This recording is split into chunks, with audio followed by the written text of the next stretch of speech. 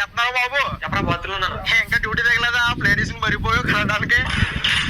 ఈ పెసార్లో బరకలేదు నీ కొడుకు మొత్తం పేపడిస్తున్నా బాబా. ఇప్పుడే ఫోన్ ఓపెన్ చేసి ఇన్స్టాగ్రామ్ లో నీ మొహం చూసాను అంతే. గేట్లు మొత్తం ఎత్తే బాబా మీ అమ్మేటర్ బాబు బురదని వేస్తుంది ఇక్కడ అందరితో. నా కొడుకు అమెరికా పోయాడు అని. నువ్వు వెళ్తే వెళ్ళా కానీ ఈ పండగ ఇంటికి రాకరా బాబా. ఇవాళ అనవసరంగా పండగ పూట.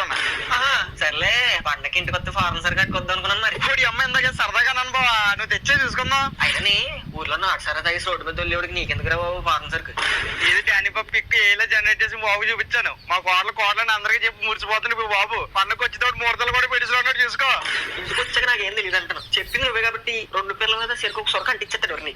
లేపలో దొలకడ అబ్బాయి అమ్మాయిలతో మధ్య మరి ఎంత దూరం వచ్చాం. సో ఏం చేయాలి కదా కొంచెం ఉన్నాయి. అయినా నాకు తెలిసేట్రా పని తక్కువ బడ ఎక్కువనే మందే.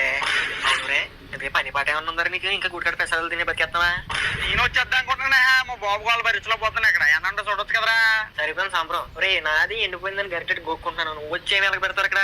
సర్లే ఎందుకు ఏం సర్టిఫికెట్లు ఉన్నాయి మన దగ్గర? ఎందుకని 10th ఇంటర్ ఉన్నా. అయ్యి బాబాయ్ ఎంత వరకు ఉన్నాయా? ఏ పని చేస్తాయా?